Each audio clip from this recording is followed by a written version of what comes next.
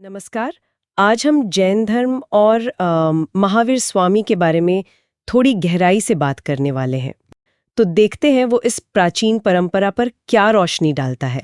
कोशिश रहेगी कि जैन धर्म की जड़ें, इसके जो गुरु हैं मतलब तीर्थंकर, और खासकर महावीर स्वामी का जीवन और उनकी शिक्षाएं, उनको समझें। बिल्कुल। और स्रोत भी यही इशारा करता है कि देखिए करीब 6ठी शताब्दी ईसा पूर्व की बात है ये। अच्छा। जब वो उत्तर वैदिक काल के बाद कर्मकांड वगैरह वो थोड़े जटिल हो गए थे, है ना। हाँ, काफी बढ़ गए थे। तो उसी माहौल में भारत में एक कह सकते हैं नई धार्मिक लहर सी आई और उसी में जैन धर्म जैसे मतलब सरल रास्ते सामने आए। और ये वो थे जो ईश्वर के अस्तित्व को आप कह सकते हैं मुख्य नहीं मानते थे या उस पर सवाल उठाते थे। हाँ, मतलब कर्मकांड से हटकर एक सीधा रास्ता। और ये परंपरा कोई नई नहीं थी, जैसा आपने कहा। स्रोत बताता है कि जैन धर्म में पूरे 24 तीर्थंकर हुए हैं। 24 जी।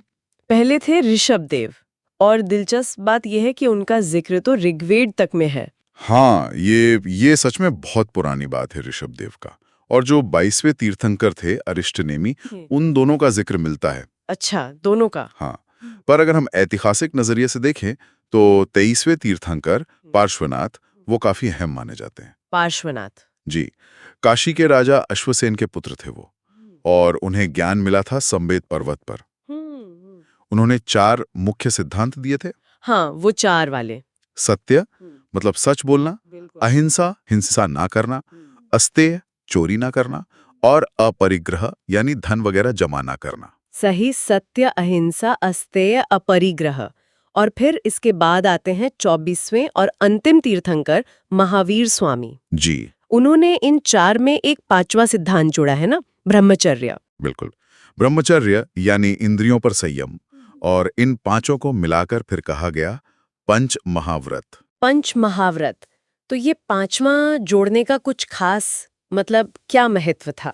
देखिए, ये महावीर स्वामी के समय में जो जैन धर्म का प्रसार हुआ और उन्होंने तपस्या पर जो जोर दिया उसको दिखाता है। अच्छा। इसीलिए उन्हें कई बार जैन धर्म का वास्तविक संस्थापक भी कहते हैं, क्योंकि उनके समय में इसका फैलाव सबसे ज्यादा हुआ। ठीक है। स्रोत के हिसाब से देखें तो जन्म उनका 540 ईसा पूर्व कुंडग्राम वैशाली के पास है ये जगह। हाँ। बचपन का नाम वर्धमान था। हाँ। और निर्वाण यानी देह त्याग वो 468 ईसा पूर्व में पावापुरी में 72 साल की उम्र में हुआ। तो बचपन का नाम वर्धमान था, पिता सिद्धार्थ ज्ञात्री कुल के मुखिया थे, और माता त्रिशला वो लिच्छवी राजा चेटक की बहन थी। जी हाँ। पत्नी यशोदा और पुत्री का नाम अनुजा या प्रियदर्शनी था। मतलब पूरा पारिवारिक जीवन था उनका। बिल्कुल।